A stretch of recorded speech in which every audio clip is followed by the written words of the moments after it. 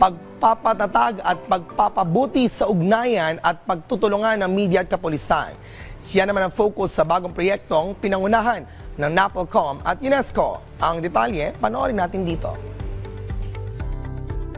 Ang ating pambansang pulisya ang isa sa mga ahensya na nangunguna sa pag-iimbestiga ng mga krimen at iba pang insidente. Kasama nila dito ang mga mamamahayag upang makarating ang katotohanan sa ating mga kababayan.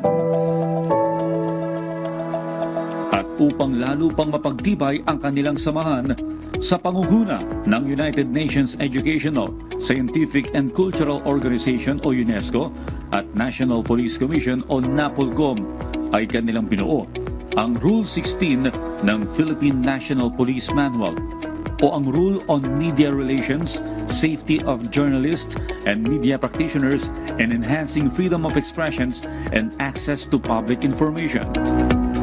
The manual is, this Rule 16 is going to help increase and improve the understanding, mutual understanding of the role of the police, the role of enforcement, and also the media.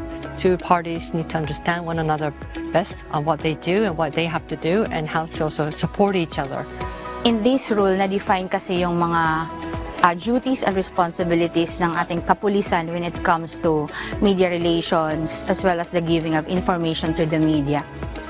This training is very significant for the local police because we all know that the media and the PNP has a common goal for public interest. Ang Presidential Task Force for Media Security na naging bahagi para mabuo ang PNP Rule 16 ay tuloy-tuloy na magtatrabaho hanggang maipatupad ang naturang patakaran sa ating kapulisan. As soon as this becomes effective, after due publication, simulan na natin ang pagko-conduct ng siguro muna mga regional workshop or meeting tungkol dito sa bagong regulasyon na ito upang may paalam sa lahat ng kagawad ng PNP, lalo na sa mga public information officers. Sa launching event ay sinagawa, naging makabuluhan ang diskusyon kung saan nagpalitan ng opinyon at suhestyon ang mga dumalo sa nasabing pagtitipon.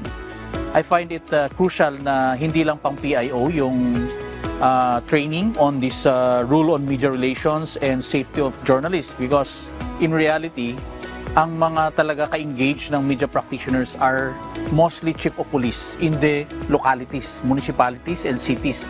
I really feel that the Rule 16 will help greatly sa image building of the PNP as well as establishing conflict-sensitive information relay sa public.